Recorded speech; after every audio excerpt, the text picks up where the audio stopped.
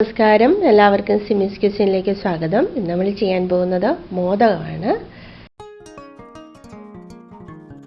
മഹാരാഷ്ട്രക്കാർ വിനായക ചതുർത്ഥിക്ക് ചെയ്യുന്നതാണ് ഈ മോദകം. ഇത് നമ്മൾ സാധാരണ ചെയ്യുന്ന കൊഴുക്കട്ട തന്നെയാണ്. നമുക്ക് കുട്ടികൾക്ക് 4 മണിക്ക് ചായയോടൊപ്പം ചെയ്ത് കൊടുക്കാനും വളരെ നല്ലതാണ്. പിന്നെ നമ്മൾ പെസഹായിക്ക് നമ്മളിത് തയ്യാറാക്കാറുണ്ട്, കൊഴുക്കട്ട. അപ്പം ഇപ്പം ഞാനിവിടെ ചെയ്യുന്ന മോദകമാണ്. നമ്മുടെ സാധാരണ കൊഴുക്കട്ട തന്നെയാണ്.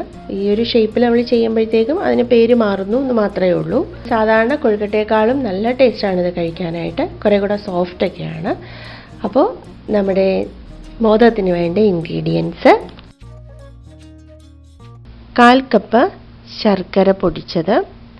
നമുക്കിതൊന്ന് ഉരുക്കിയെടുക്കാം. അപ്പം ഞാനൊരല്പം വെള്ളം ഒഴിച്ച് ഇതൊന്ന് ഉരുക്കിയെടുത്തിട്ടുണ്ട്. ഇതിവിടെ ഇരിക്കട്ടെ. തേങ്ങ എടുക്കാൻ ഏകദേശം 1 കപ്പ് തേങ്ങയുണ്ട്. ഇപ്പം നമുക്ക് മോദകത്തിന് വേണ്ട മാവ് തയ്യാറാക്കണം. അപ്പം ഞാനിപ്പോൾ ഈ പാത്രത്തിലേക്ക് 1/4 കപ്പ് വെള്ളം ഒഴിച്ചു. അപ്പം ഇത് നന്നായിട്ടൊന്ന് തിളയ്ക്കണം, നന്നായിട്ട് വെട്ടി തിളയ്ക്കണം. ഇതിലേക്ക് ഞാൻ 1/2 ടീസ്പൂൺ ഉപ്പിടുകയാണ്. ഈ ഉപ്പ് നന്നായിട്ട് അലിഞ്ഞ് ചേരും ഇതിൽ. അപ്പോൾ ആ മാവിന് നല്ല കറക്റ്റ് പരുവത്തിലിരിക്കും. അപ്പോൾ ഇപ്പം നമ്മുടെ വെള്ളം നന്നായിട്ട് തിളച്ചു തുടങ്ങിയിട്ടുണ്ട്. അപ്പോൾ ഈ ഒരു സമയത്ത് നമുക്കൊരല്പം നെയ്യ് ചേർക്കാം. അപ്പം ഞാനൊരു 1/4 ടീസ്പൂൺ നെയ്യ് ചേർക്കുകയാണ്. ഈ നെയ്ക്ക് പകരം വെളിച്ചെണ്ണയും ചേർക്കാം കേട്ടോ, അതും നല്ല ടേസ്റ്റാണ്. അരിപ്പൊടി 1/2 കപ്പ്. അത് ഞാനിപ്പോൾ ഇത് നമ്മൾ നന്നായിട്ട് വെള്ളം തിളയ്ക്കുകയാണല്ലോ, നമുക്കിപ്പോൾ ഇതിലേക്ക് ഇടാം.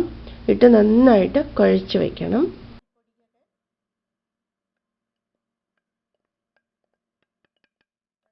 ഇതിപ്പോൾ നല്ല ചൂടാണ് കേട്ടോ, അപ്പോൾ അത് സൂക്ഷിച്ച് വേണം.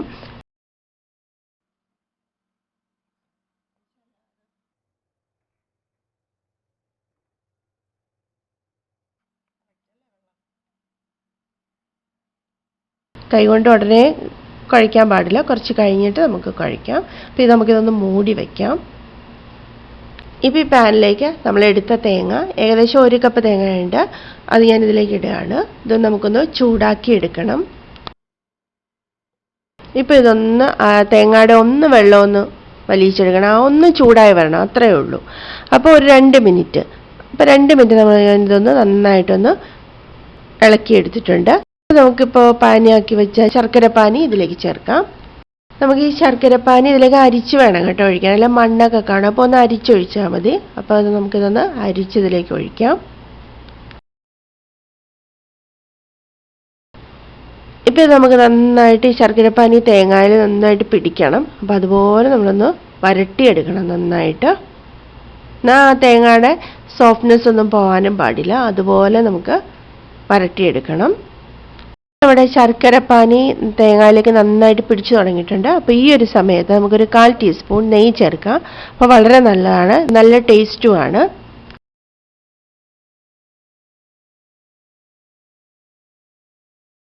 കാൽ ടീസ്പൂൺ ഏലക്ക പൊടിച്ചത് ചേർക്കുകയാണ്. അപ്പോൾ നന്നായിട്ട് നമുക്കൊന്ന് മിക്സ് ചെയ്തെടുക്കാം. അതുപോലെ നമ്മൾ നെയ്യ് ചേർക്കുമ്പോൾ നമ്മുടെ ഈ തേങ്ങ ഒട്ടിപ്പിടിക്കത്തില്ല, അതിന് വേണ്ടിയിട്ടാണ് നമ്മൾ ഈ നെയ്യ് ചേർക്കുന്നത്. അതുപോലെ ലോ ഫ്ലെയിമിൽ വെച്ചിട്ട് വേണം കേട്ടോ തയ്യാറാക്കി എടുക്കേണ്ടത്. ഇപ്പോൾ ശർക്കരയും നെയ്യും ഏലക്കായും എല്ലാം നമ്മുടെ തേങ്ങയിലേക്ക് നന്നായിട്ട് പിടിച്ചിട്ടുണ്ട്. അപ്പോൾ നന്നായിട്ട് വരട്ടി എടുത്തിട്ടുണ്ട്. അപ്പോൾ നമുക്ക് ഫ്ലെയിം ഓഫ് ചെയ്യാം.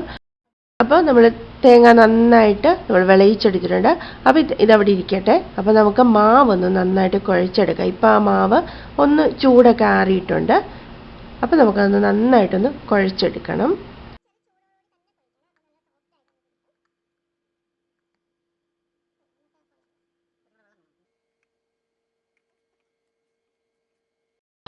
ഇപ്പോൾ ഇതുപോലെ നന്നായിട്ട് കുഴച്ചെടുത്തിട്ടുണ്ട്. ചെറിയ ചൂടോടുകൂടി തന്നെയാണ് നമ്മളിത് കുഴച്ചെടുക്കേണ്ടത്. ഇതുപോലെ സോഫ്റ്റ് ആകുന്നവരെ കുഴച്ചെടുക്കണം.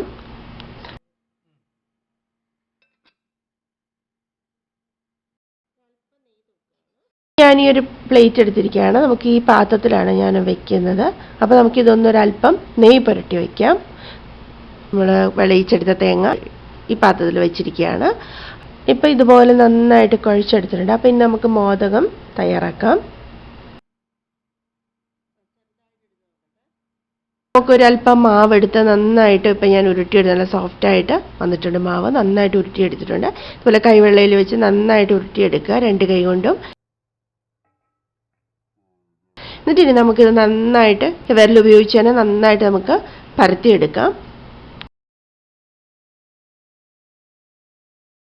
കയ്യിൽ നെയ്യ് തൂത്തിട്ട് വേണം ഇത് ചെയ്യാനായിട്ട് കേട്ടോ. അപ്പോഴേ നമുക്ക് നന്നായിട്ട് ഈ മാവ് പരത്തിയെടുക്കാനായിട്ട് പറ്റത്തുള്ളൂ.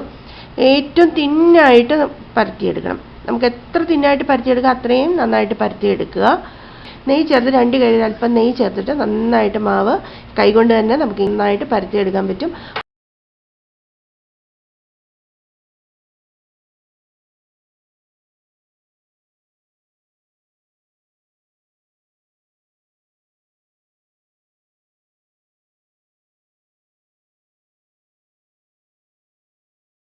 ഇപ്പം നമുക്ക് ഇതുപോലെ പതുക്കെ ഇങ്ങനെ മാവ് മടക്കി എടുക്കണം. അപ്പോൾ ഈ ഒരു ഷേപ്പിൽ നമുക്ക് കിട്ടുന്ന ആ മോദകം ഈ ഒരു ഷേപ്പിൽ നമുക്ക് ഇതിൻ്റെ നമുക്ക് നമ്മൾ മോദകം തയ്യാറാക്കുന്ന അച്ച് നമുക്ക് മാർക്കറ്റിൽ വാങ്ങാൻ കിട്ടും.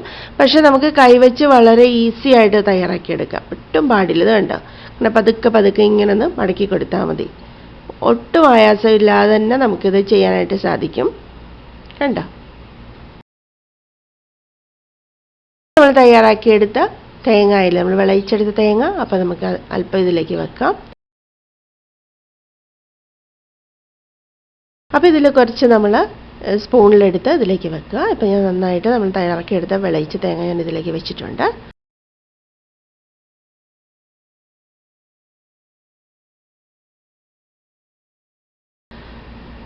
ഇതുപോലെ കൈവച്ച് നമുക്കിങ്ങനെ പ്രസ് ചെയ്ത് അതൊക്കെ നമുക്ക് ഈ മോദകത്തിൻ്റെ ഷേപ്പ് കൊണ്ടുവരാം. ഇതുപോലെ നമ്മൾ മേളിലിങ്ങനെ പിടിച്ച് പതുക്കെ ഒന്ന് പ്രസ് ചെയ്ത് മേളിലേക്ക് ഒന്ന് വലിച്ച് നീട്ടി ഇങ്ങനെ എടുക്കുക. ഏകദേശം ഒരു കിഴിയുടെ ഷേപ്പിലേക്ക് കൊണ്ടുവരിക. അപ്പോൾ നമ്മുടെ മോദകത്തിൻ്റെ ഷേപ്പ് വരുന്നത്. ഇപ്പം ഞാനിതുപോലെ ഒരു മോദകം തയ്യാറാക്കിയിട്ടുണ്ട്. ഒരെണ്ണം ഞാൻ റെഡിയാക്കി എടുത്തിട്ടുണ്ട്. ബാക്കിയുള്ളത് നമുക്കിതുപോലെ തന്നെ തയ്യാറാക്കിയെടുക്കാം. ഇപ്പം ഞാൻ ഇതുപോലെ എല്ലാ മോദകവും തയ്യാറാക്കി എടുത്തിട്ടുണ്ട്. നമുക്ക് 14 കിട്ടിയിട്ടുണ്ട്. ഇപ്പം നമുക്ക് 1.5 കപ്പ് മാവിൽ നമുക്ക് 14 കിട്ടും. അപ്പം ഞാനിപ്പോൾ ആദ്യം നമുക്ക് ഈ പ്ലേറ്റ് വെച്ച് നമുക്കിനിയിപ്പോൾ ഇത് സ്റ്റീം ചെയ്തെടുക്കാം. ഇപ്പം ഇതുപോലെ ഞാൻ 7 തയ്യാറാക്കി എടുത്തിട്ടുണ്ട്. അപ്പം നമുക്ക് സ്റ്റീം ചെയ്തെടുക്കാം. ഇഡ്ഡലി പാത്രത്തിൽ വെച്ചും സ്റ്റീം ചെയ്തെടുക്കാം കേട്ടോ.